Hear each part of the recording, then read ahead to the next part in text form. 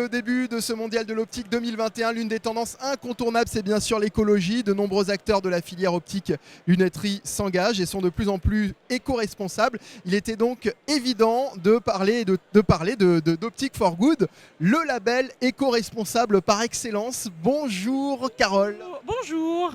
On est ravis d'être avec vous parce que c'est évidemment une tendance incontournable aujourd'hui. Alors une tendance, mais moi je dis que c'est quand même un engagement personnel et profond.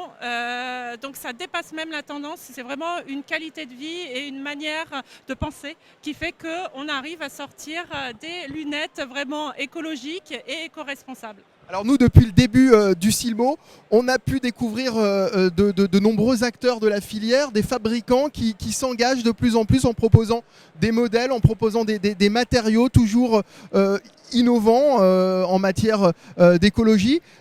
Vous n'êtes pas fabricante, vous, c'est un label qui vient justement certifier certains fabricants. Exactement, je suis opticienne à la base depuis 20 ans et là j'ai lancé le label Optic for Good pour justement réunir ces marques de lunettes dites éco-responsables, écologiques, moi j'aimerais bien écologie, et qui présentent des innovations, de l'ingéniosité tout en respectant l'environnement et en gérant les déchets comme il faut. L'objectif, on est sur un label qui s'adresse à l'opticien mais qui s'adresse aussi aux clients. Alors, on est sur un label qui s'adresse pour les marques de lunettes et pour les opticiens aussi. Mais le client le voit, ce label ? Oui, le client va voir le label chez l'opticien parce qu'il y aura le macaron Optic for Good sur la vitrine de l'opticien. Tout à fait. Alors là, on est chez VM L'Atelier, qui est labellisé Optic for Good. Oui, et labellisé Optic for Good depuis 2 ans. Donc par exemple, on a une des nouveautés de VM L'Atelier, où on peut peut-être en parler de cette paire de lunettes.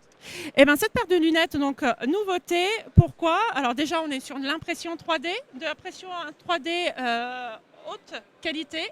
Les déchets sont limités, voire réutilisés. Et là, la nouveauté, c'est qu'il y a plusieurs épaisseurs, donc créant un petit arc-en-ciel et un petit clin d'œil justement à la Gay Pride. Je vous ai vu insister sur le côté impression 3D. Ça veut dire que sur l'impression 3D, aujourd'hui, on limite les déchets ? Non, il faut faire attention. On pense que l'impression 3D, c'est du zéro déchet, mais non. On peut avoir justement du déchet qui est généré par l'impression 3D, mais là, on est sur une impression 3D qui permet de limiter les déchets, voire de le réutiliser pour une deuxième session. Donc, il y a plusieurs justement types d'impression 3D, et j'explique ça aussi sur mon blog d'Optic for Good sur les différents types d'impression 3D. Profitez-en, votre blog, on peut le retrouver sur opticforgood.com. Tout simplement opticforgood.com, et on sera vigilant jusqu'à lundi, jusqu'à demain, jusqu'à la fin de ce Silmo 2021, vigilant au label Optic for Good pour une consommation plus responsable, tout simplement, même au niveau de la lunetterie. Merci Carole. Merci. Et restez avec nous sur Silmo TV.